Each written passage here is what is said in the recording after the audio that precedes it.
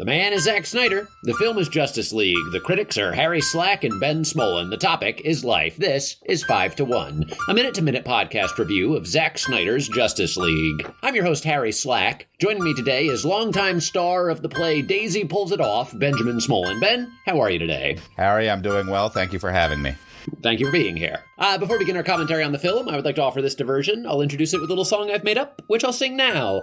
Please, Ben, please, would you do me a little favor?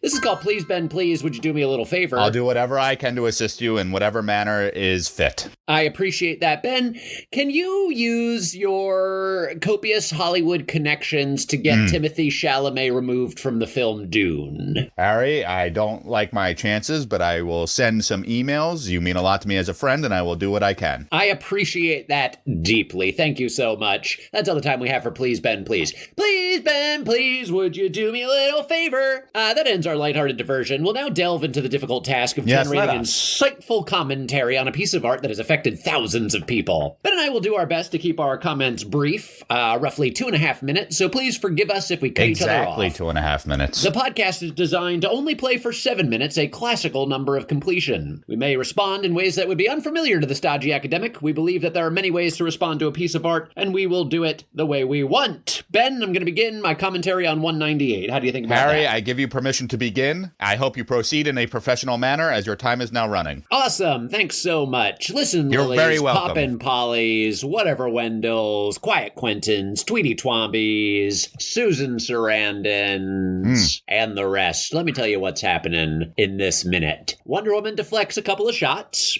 She does it really wonderfully. Batman smiles at her. Seems like a waste of time, but whatever. I think there's something going on there. There was a head nod, I believe. A head nod and a smile. To indicate teamwork. I guess that was your interpretation, not mine. It was just a head nod and a smile as far as I could tell. No meaning behind it beyond that. And then he explodes the gun, which at first I'm like very excited. I was like, great, he's finally anti-gun. Only because, but he exploded it because he stole another gun from somebody else and he starts gunning down other things. Yes, it's Batman laser has guns, a but it's still Cicada Man guns. laser gun. He is using it quite effectively, quite professionally. Yep. And so then they're going there and he's doing that stuff. Then all of a sudden we see the bourbon, a glass of bourbon. It shakes a little bit. Could be scotch. Did not I don't care. want to discount that. It could be scotch, rye, Could whiskey, be perhaps. Scotch, sure, absolutely. Some sort of brown liquor.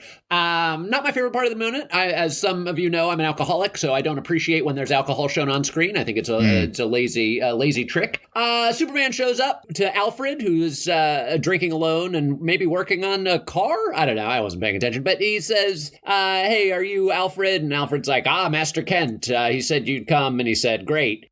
I hope it's not too late. And then we cut back and Aquaman and the Cyborg Man are there and they're about to fight Needleman. And Needleman's just like, his needles are... Ooh, they're reverberating. Ooh, his needles are up and down. Oh, he's got them good needles going, and I'm very happy about that. And my minute don't ended editorialize with as much, yeah. Aquaman, don't editorialize as much? It just felt like you were straying into the unprofessional in your tone. Elaborate.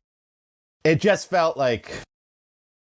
I want facts and interpretation. I need an empirical explanation of this. Facts. You can't just feel in the professional realm. I need a factual moment where I went into an unprofessional thing. It was your tone. It was your tone. Quite frankly, it was your tone. It was my tone. No, but I need more so that it was the giggles around the needles reverberating. Harry, you're out of time. I will continue. I will take the baton from you, and I will run the anchor leg on this episode. Great, go for it. So I have several points that I would like to make. I would like to start at point 1 before proceeding to points 2 and 3, perhaps a fourth point.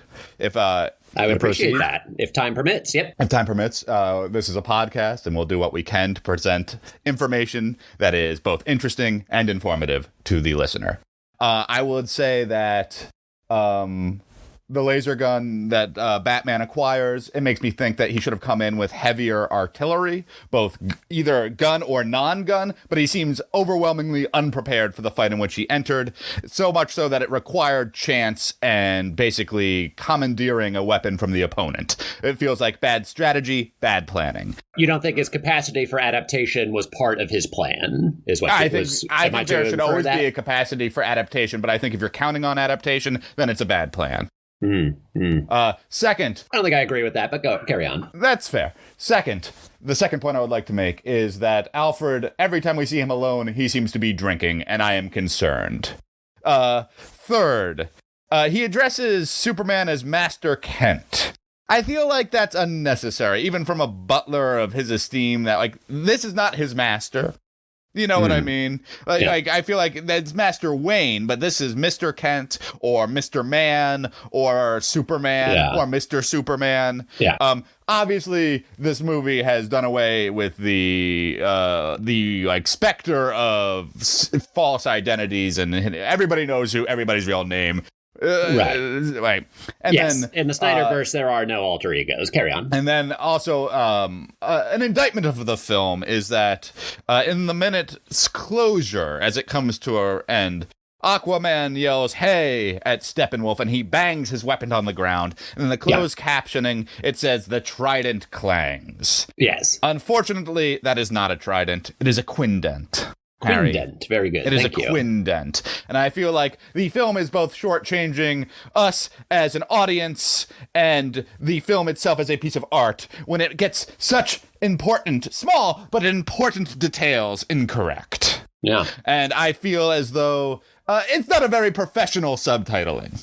It's not. It smacked of. It was amateur. It was amateurish. If anything, I found this minute to be relatively amateurish, and as a professional working with another professional today, I think this is the least irritating I've ever found you. We are on Twitter at 5to1podca1. I love you, buddy. We are on email at alertthequeen@gmail.com. You can also email alertthequeen1@gmail.com. Nothing will happen, but you can. We are campaigning for a Peabody. Stick around for some more episodes. We are a very professional podcast coming in for a landing. We love you with all our heart. Goodbye.